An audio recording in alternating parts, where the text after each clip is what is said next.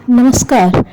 चिंतन मनन की इस श्रृंखला में प्रस्तुत है आज का चिंतन।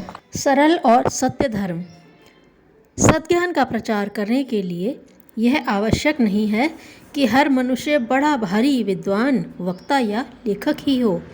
संसार में अब तक अनेक महापुरुष हो चुके हैं जिन्होंने युग युगांतरों की तपस्या से जो आत्मशक्ति प्राप्त की थी, उनके फलस्वरूप उत्पन्न हुए ज्ञान को जनता के समक्ष रखा था। इस ज्ञान को, उनके वचनों को, उनकी पुस्तकों को, उनके मंतव्यों को हम जनसाधारण में फैलाते रहकर एक श्रेष्ठ कर्तव्य करते रह सकते हैं। प्राचीन ऋषियों से लेकर अवतारों और महात्माओं ने जो उपदेश किए हैं, उनको भी हम जनता तक पहुंचाते रहें तो यह बीज कहीं ना कहीं जमेगा ही। हिंदू धर्म गंगा जी में जौ बोने का उपदेश करता है, क्योंकि वह जौ पानी की लहरों के सहारे कहीं न कहीं उपजेंगे ही, और जहाँ उपजेंगे वहाँ किसी न किसी का भला होगा ही।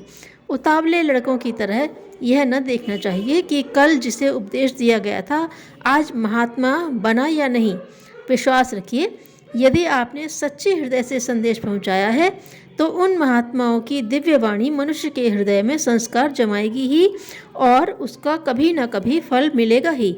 अपने विचारों एवं वचनों से अथवा महापुरुषों की दिव्य वाणियों द्वारा संसार में ज्ञान मार्ग का प्रसार करना, यह एक ऐसा कर्म है जो विचारों को पवित्र करता है, आत्मकल्याण का मार्ग खोलता है और एक दिन प्रभु के साक्षात दर्शन करा देता है।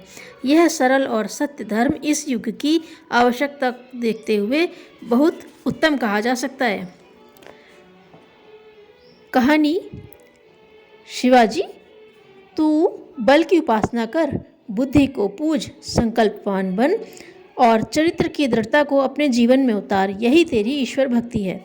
भारतवर्ष में बढ़ रहे पाप, हिंसा, अनैतिकता और अनाचार के कुचक्र से लोहा लेने और भगवान की सृष्टि को सुंदर बनाने के लिए इसके अतिरिक्त और कोई उपाय नहीं है।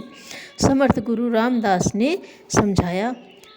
आज्ञा शिरोधार्य देव, किंतु यह तो गुरु दीक्षा हुई, अब गुरु दक्षिणा का आदेश दीजिए। शिवाजी ने दृढ़ किंतु विनीत भाव से प्रार्थना की।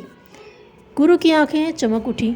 शिवाजी के शीश पर हाथ फेरते हुए बोले, गुरु दक्षिणा में मुझे 1 लाख शिवाजी चाहिए, बोल देगा? दूंगा गुरुदेव, 1 वर्ष 1 दिन में ही यह गुरु दक्षिणा चुका दूंगा।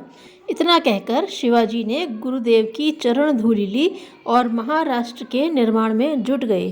धन्यवाद।